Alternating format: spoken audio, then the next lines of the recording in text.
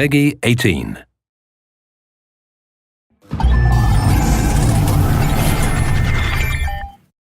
Hello everyone, I'm Colin Graham. I'm the animation director on Watch Dogs, and today I'm excited to present to you a vertical slice of the Watch Dogs free roaming experience. So actually, this is not a mission.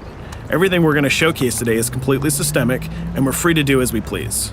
We start off in the wards, the low-income district of our interpretation of Chicago. When creating the world of Watch Dogs, we wanted to stay true to the city and give a unique flavor to each and every neighborhood, not only in terms of the architecture, but also in terms of the people that you'll encounter and what is happening in their day-to-day lives.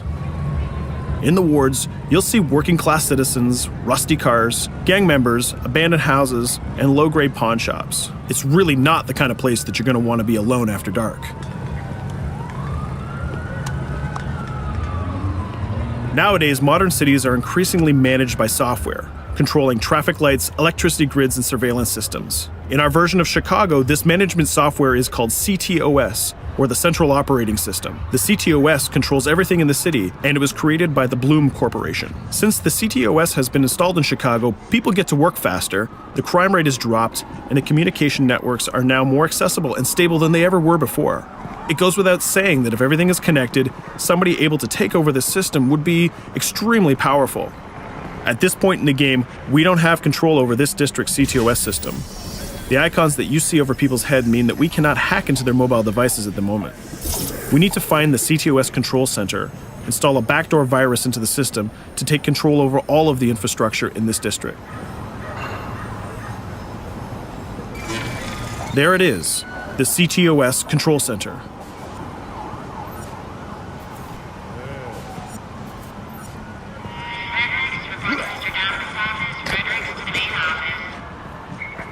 Watch it. You're walking someplace you got no business. It's heavily guarded. Let's see if we can find the server access codes from a distance. With cameras, we can explore restricted areas without being spotted, tag different guards, and access details on their lives. What the hell is she doing with that weasel motherfucker? It seems that Bloom employees all have a sort of shady past. There it is, the access code to the server room. Unfortunately, we can't access the server via the cameras. We need to sneak inside. One thing that was really important to us when we designed Watch Dogs was to fully support different player styles. Every situation in the game can be tackled the way the player sees fit.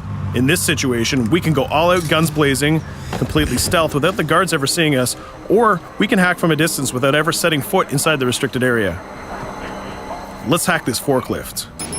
Aiden can use the environment to distract and lure guards. Pretty much anything you hack has multiple functions. So, for example, you could use this forklift to access the roof, or you could use it to create cover. Hacking in Watch Dogs is all about player expression. Let's set an improvised explosive device so we can hack it a little bit later.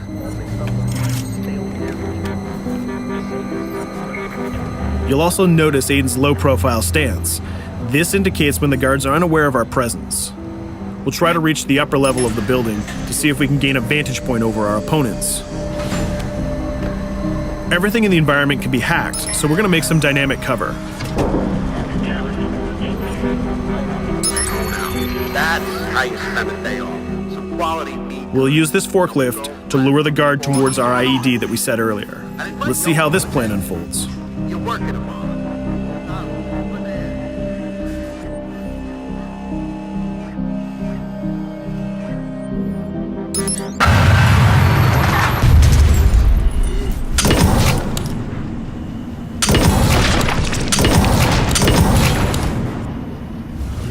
What you just saw is called focus. It represents Aiden's analysis capabilities and his quick reflexes. This gives the player more time to combine core game mechanics together, such as shooting, hacking, and driving, in order to handle more complicated situations.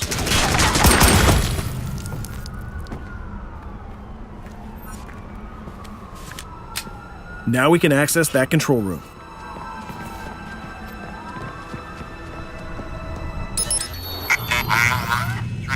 Drop 2, 5.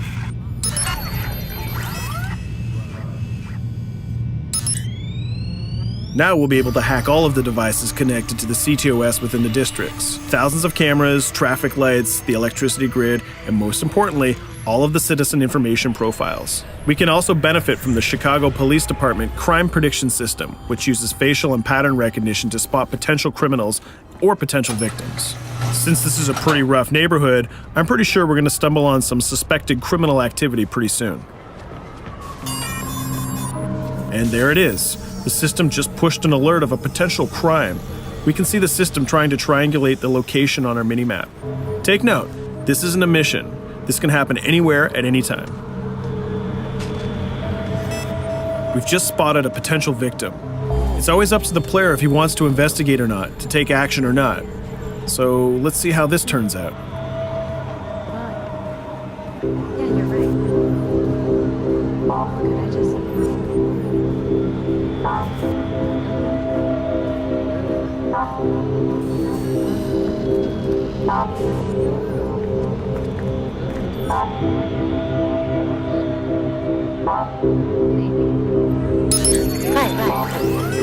You think you're leaving me? Huh?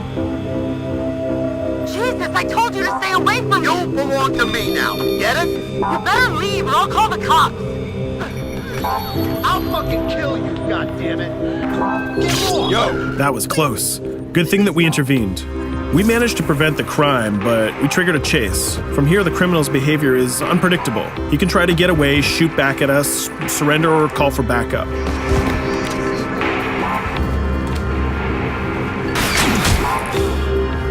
It seems like he decided to get away by car. Let's chase him down. In Watch Dogs, we have a wide variety of vehicles. Each one of them has their own unique properties and handling. Let's see how we can use the ctOS to our advantage to neutralize this criminal and leave the cops to deal with him later.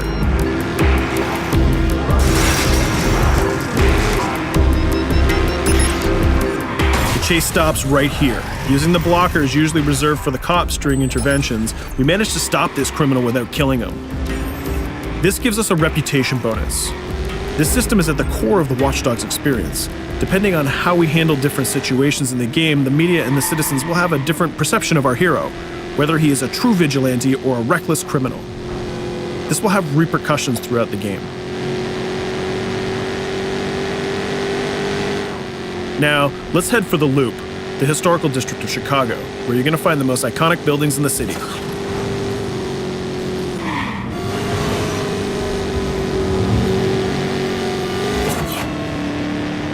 We're going to go to a gun shop to see what arsenal is available for players. The economy is a big part of Watch Dogs. Players will be able to grow their arsenal with weapons and craft their tools in order to increase their power and their hacking abilities.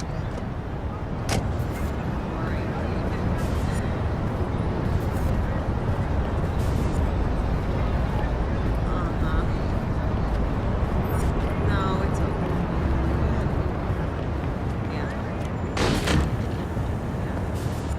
You will find all of the weapons that you would expect in a traditional shooter. Pistols, assault rifles, guns, sniper rifles, and grenade launchers, just to name a few. A lot of bullets were fired in our last encounter with the ctOS guards. Let's stock up on some more ammo. Finding everything.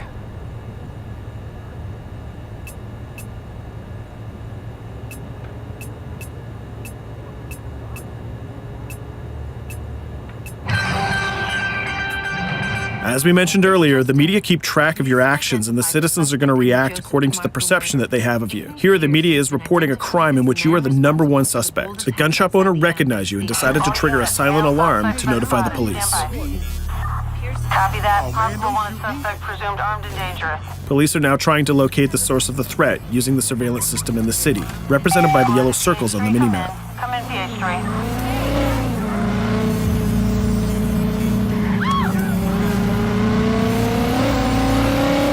Aiden is able to stall their efforts by hacking into their communication systems while avoiding the scanning areas.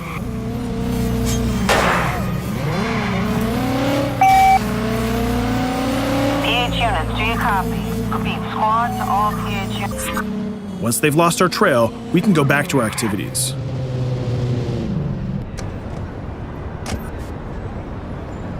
One thing that Bloom did to win over the population of Chicago with the ctOS project was to install free Wi-Fi hotspots throughout the city. Free Wi-Fi is cool, but not very safe with someone like Aiden Pierce around. Hacking into this box is going to give us access to every device that's connected to it. So let's see where that brings us.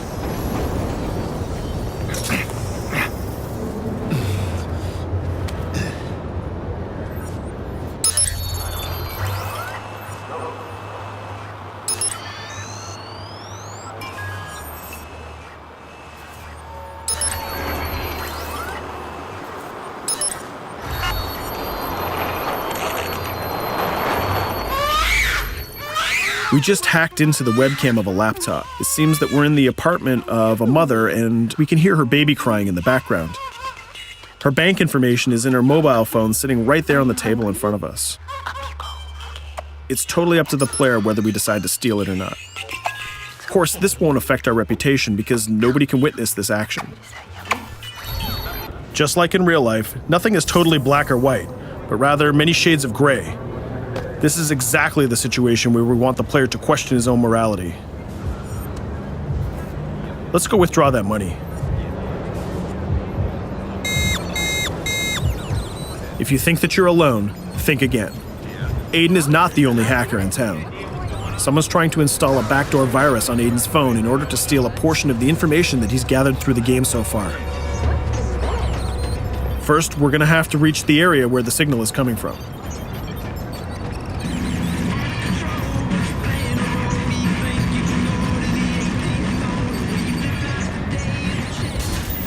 Using our profiler, we're going to try to identify the hacker before the installation finishes.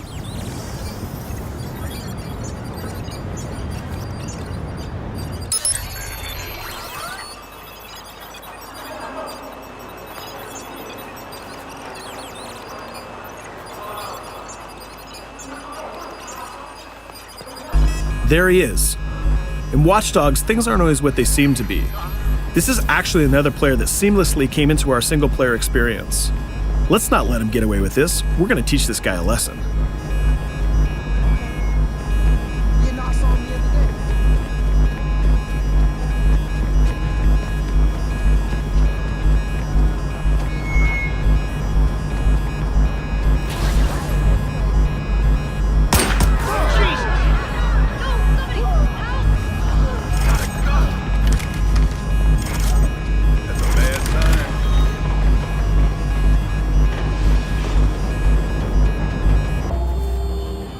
We stopped the hack, but the hacker managed to get away. I don't know about you, but we can't let this pass by. We need to retaliate.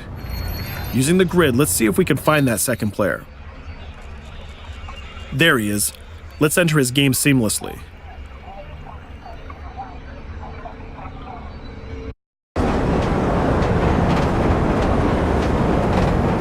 The second player is not yet aware of our presence. If we act carefully, he might think that we're one of the many NPCs in the city.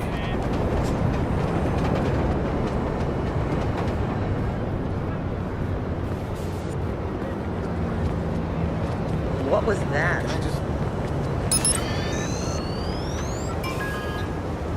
So let's find a place to hide and start hacking. What's going on?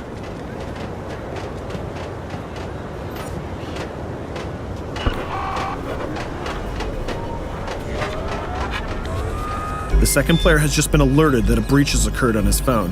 He's trying to find us using his profiler.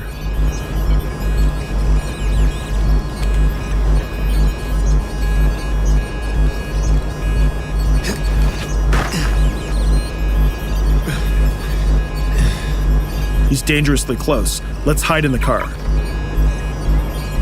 We're spotted. Let's get out of there.